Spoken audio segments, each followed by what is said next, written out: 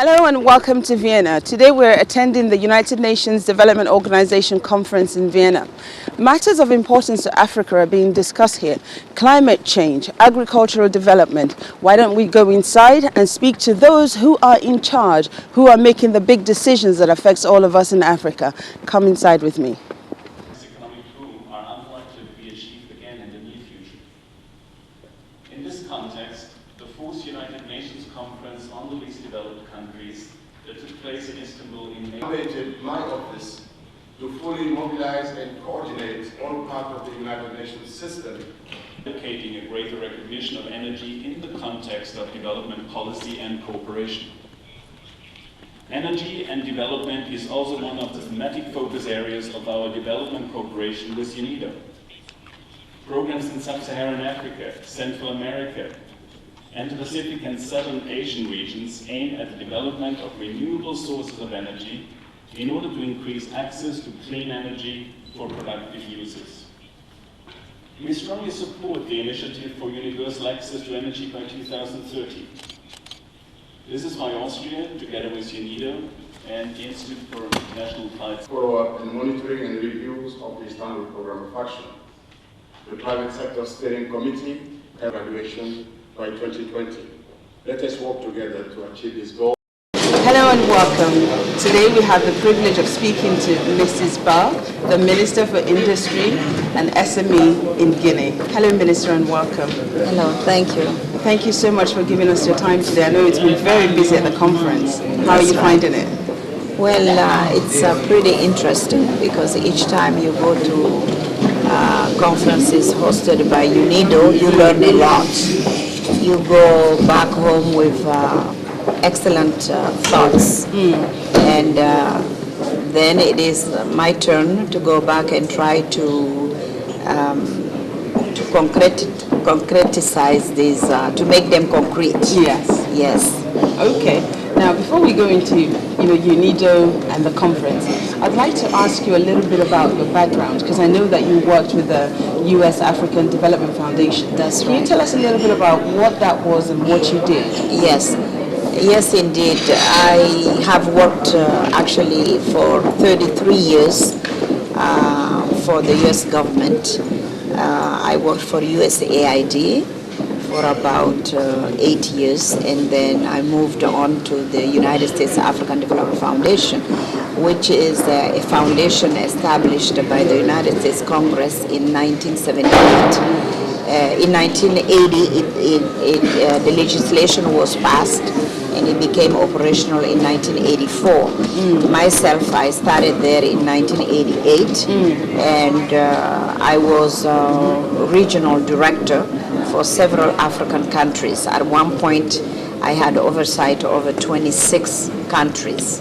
And then there was a reorganization, and then I was entrusted with several of the West African countries, French-speaking as well as Lusophone countries such as Cape Verde. So I know Africa pretty well, I can say, from Senegal to Botswana to Lesotho and so forth. Okay. Yes. So you have vast experience in representing Africa, not just from within Africa, but from outside of Africa. Yes, from outside Africa, because I was based, my workplace was in Washington, D.C., although I lived in the Maryland area. But I traveled to Africa almost practically every 2 months. I was in Africa, where I spent about between 4 to 6 weeks talking with grassroots communities, small and medium enterprises, together with them to see what are their needs in terms of development, so that they can help grow the local economies and themselves increase their revenues and therefore improve the living conditions of the populations. So did the U.S. Foundation create a lot of businesses, small, medium-sized businesses within Africa? Yes. Through your work? Yes. I must say that my experience working for the federal government has been really enriching. As I said, for a period of 33 years. But the most exciting period was when I was with the United States African Development Foundation, because it's a small agency that is financed entirely by the federal government, and however, it is freer than USAID because it does direct assistance to the populations of Africa without going through the local governments, because we just believe in the participatory manner of helping, and also we believe that Africans know what they need. It's only the resources that they are lacking. Therefore, we provided the financing of their businesses directly to them. They opened up a bank account. They will open up a bank account, and we will wire the money into that bank account, and they will spend the money according to the agreed on budget to, as I said again, to conduct their various activities. We have grown a lot of businesses from cotton processing. You know, for instance, in Mali, we funded a project where they had never ever undertaken such an activity, that is to take the raw cotton, whiten it, and in other words, process it a little bit before selling it to Europe, particularly to French companies, that in turn will transform that same cotton into cosmetics products and so forth, and ship it back. And we have funded printing shops, we have funded fisheries, you know, all sectors of the economy, as long as these activities that are going to be undertaken by the entrepreneurs are income generating. Right. We did not fund the infrastructure. Like we did not build hospitals, we did not build roads, except if the road will provide access for the products to be sold to the local markets. Wow. In other words, from the field to the local markets. If the community did not have any feeder road, we call that a feeder road, then we will be able to build it, or also build the boreholes for water and so forth. Yes. Fantastic. I suspect it's as a result of your expertise in that area that you're now the minister in Guinea, your native country. Yes. As the Minister for Trade and small, medium-sized enterprises. Right. So, as the minister, you're here.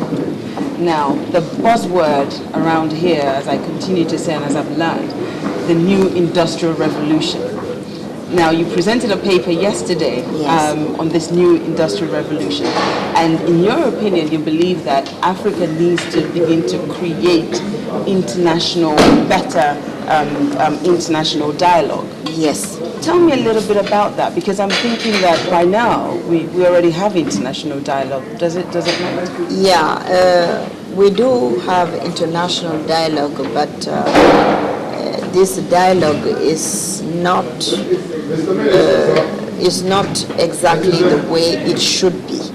We have to improve the quality of the dialogue. When I say the quality, that is for the northern countries, the most developed countries, to listen to what Africa wants, and not come to Africa with pre-packaged programs that they think will help Africa get out of poverty.